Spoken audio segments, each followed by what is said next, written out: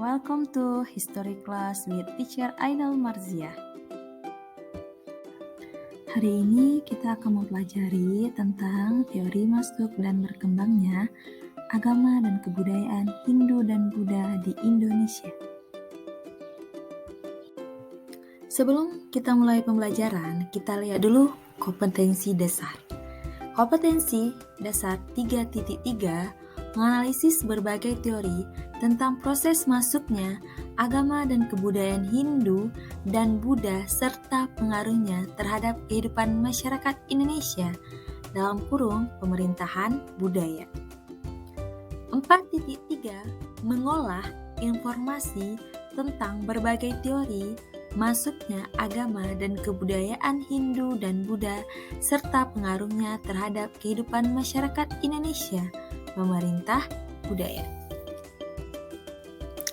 Indikator pencapaian kompetensi 3.3.1 menganalisis berbagai teori tentang proses masuknya agama dan kebudayaan Hindu dan Buddha di Indonesia. 4.3.1 mengumpulkan informasi melalui kegiatan diskusi tentang berbagai teori tentang proses masuknya agama dan kebudayaan Hindu dan Buddha di Indonesia. 4.3.2 mempresentasikan hasil diskusi kelompok tentang berbagai teori masuknya agama dan kebudayaan Hindu dan Buddha di Indonesia. Tujuan pembelajaran 1. Menganalisis teori-teori masuk dan berkembangnya agama dan kebudayaan Hindu-Buddha di Indonesia dengan benar.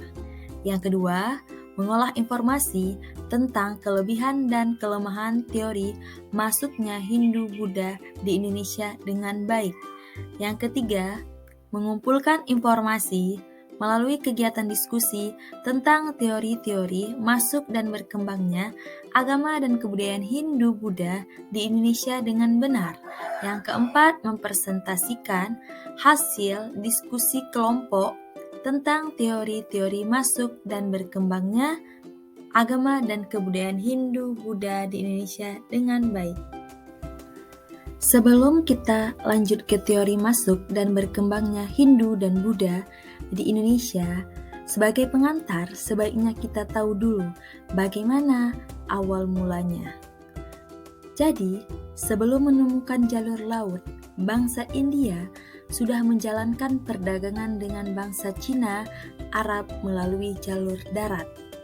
Setelah menemukan jalur laut, mereka memulai menggunakan jalur laut, tepatnya melintasi Selat Malaka, yang akhirnya Indonesia mengalami pengaruh tersebut sehingga Indonesia memasuki zaman aksara dengan masuknya agama dan kebudayaan Hindu-Buddha di Indonesia.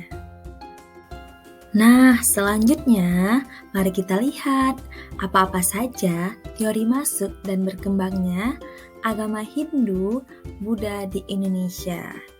Masuknya Hindu di Indonesia ada 5 teori, yaitu yang pertama ada teori Brahmana, kedua ada teori Ksatria, yang ketiga ada teori Waisa, dan yang keempat ada teori arus balik, dan yang kelima ada teori Sudra.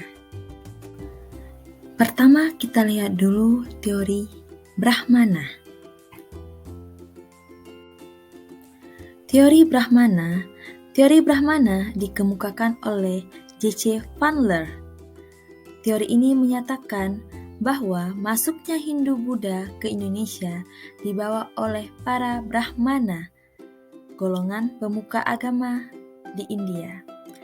Dikatakan para Brahmana diundang oleh kepala suku Indonesia untuk penobatan kepala suku.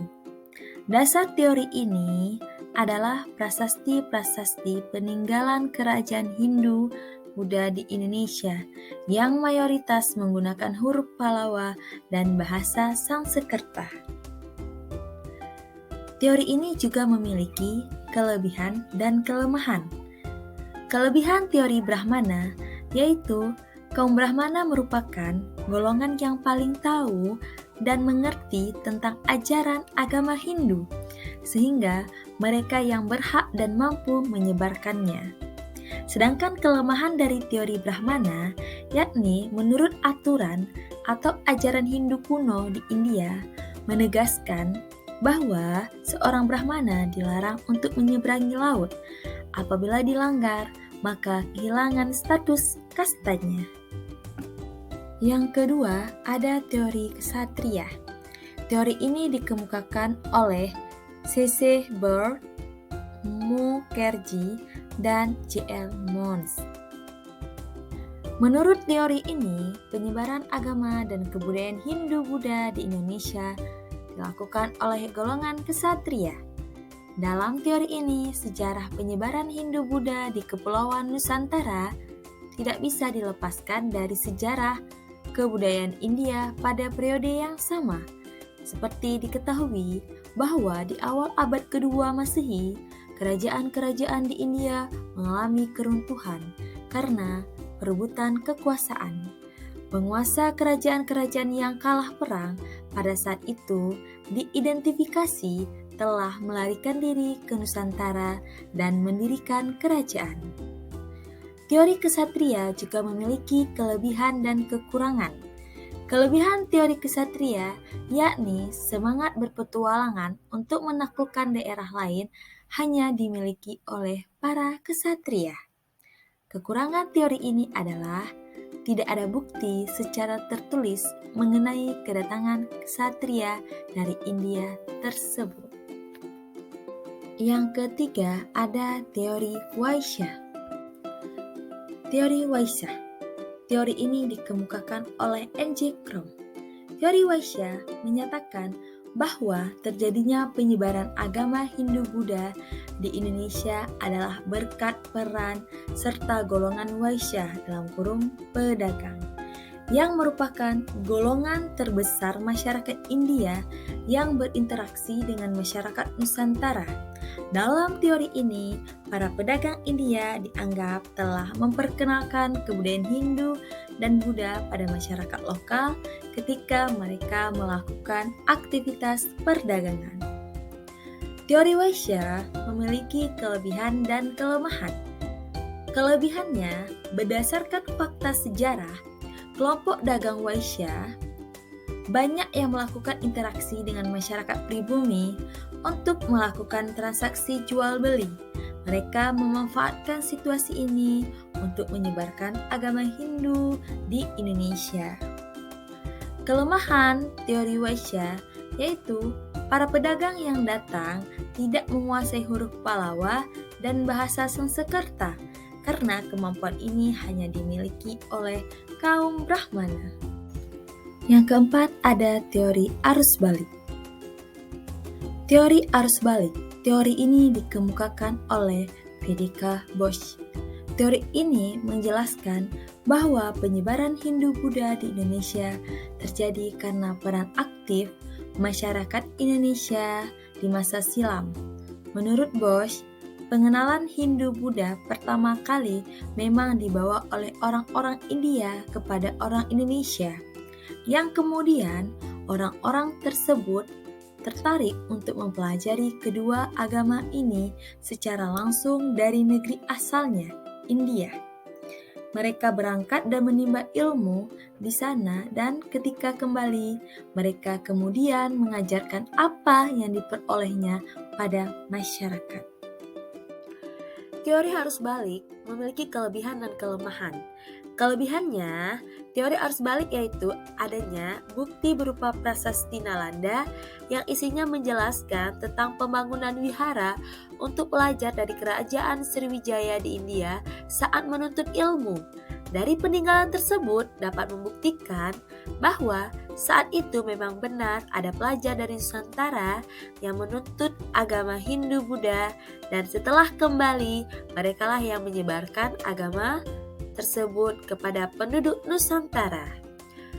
Sedangkan kelemahan teori arus balik yaitu orang Indonesia atau Nusantara pada saat itu masih bersifat pasif, sehingga kemungkinan untuk belajar agama Hindu-Buddha ke India kurang akurat kebenarannya.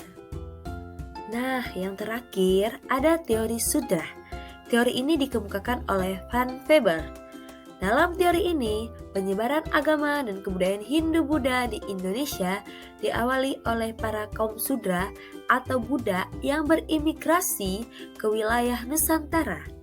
Mereka menetap dan menyebarkan ajaran agama mereka pada masyarakat pribumi hingga terjadilah perkembangan yang signifikan terhadap arah kepercayaan mereka yang awalnya animisme dan dinamisme menjadi kepercayaan pada ajaran Hindu dan Buddha.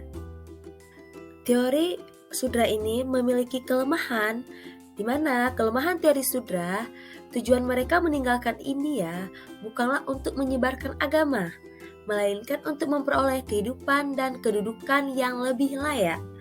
Kelemahan kedua, golongan Sudra tidak mengetahui seluk-beluk ajaran agama Hindu, apalagi menguasai bahasa Sanskerta yang digunakan di dalam kitab suci agama Hindu, yakni Weda. Kelemahan ketiga, yaitu ada dalam sistem kasta agama Hindu, kaum Sudra adalah yang paling rendah, sehingga tidak mungkin mereka menyebarkan agama Hindu yang hanya dikuasai oleh golongan Brahmana. Nah, sekarang kalian kan sudah mendengar tentang teori masuknya agama Hindu ke Indonesia. Jadi sekarang tugas kalian cari mana teori yang paling benar tentang masuknya agama Hindu ke Indonesia. Terima kasih.